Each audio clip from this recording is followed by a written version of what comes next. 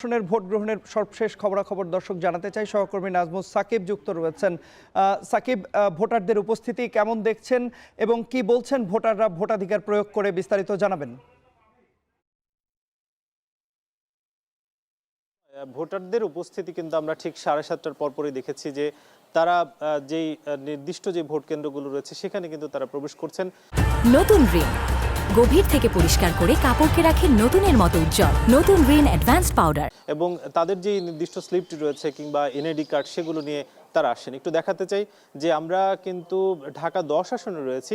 এখানে সব মিলে প্রায় 136টি যেহেতু কেন্দ্র রয়েছে, সেখানে 136টি কেন্দ্রের মধ্যে ঢাকা কলেজে প্রায় 4টি কেন্দ্র রয়েছে এবং 136 কেন্দ্রে প্রায় কয়েক লাখ ভোটার কিন্তু তারা ভোট প্রদান করবেন।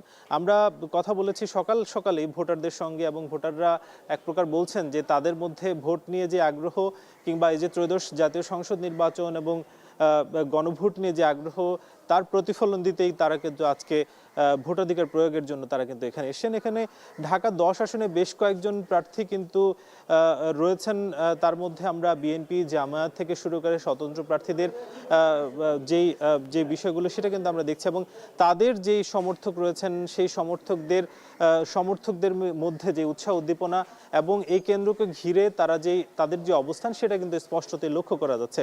এবং এখানকার যে আইনশৃঙ্খলা পরিস্থিতি সেটা আমরা সকাল থেকে এক প্রকার সন্তোষজনক দেখছি যে এখানে বিভিন্ন বাহিনীর যারা আইনশৃঙ্খলার দায়িত্বে আছেন তারা কিন্তু ঠিক মতোই তারা আসলে দায়িত্বটা পালন করছেন। এবং এখানে সব মিলে প্রায় 4টা যেহেতু কেন্দ্র রয়েছে, 4টি কেন্দ্রে বলা যায় যে কয়েক হাজার ভোটার কিন্তু রয়েছেন এবং নারী পুরুষ তাদেরকে বিভিন্ন কেন্দ্রে বিভিন্ন বুথে কিন্তু ভাগ করে দেওয়া হয়েছে এবং তারা সুশৃঙ্খলভাবে ভোট দিচ্ছেন।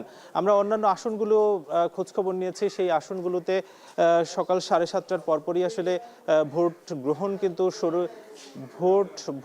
কিন্তু শুরু হয়েছে এবং সেসব কেন্দ্রে এখনো পর্যন্ত বড় ধরনের কোনো আসলে অভিযোগ নেই এবং আমরা যতটুকু দেখছি যে সব কেন্দ্রে আসলে সুশৃঙ্খলভাবে ভোট হচ্ছে। বলা যায় যে যেহেতু প্রায় ঘন্টাখানেক আসলে পার হয়নি, প্রায় ঘন্টাখানেক হয়তো পার হতে চলেছে, তারই মধ্যে অধিকাংশ ভোট কেন্দ্রে প্রায় 30 থেকে 40-এর মতো আসলে ভোট পড়েছে।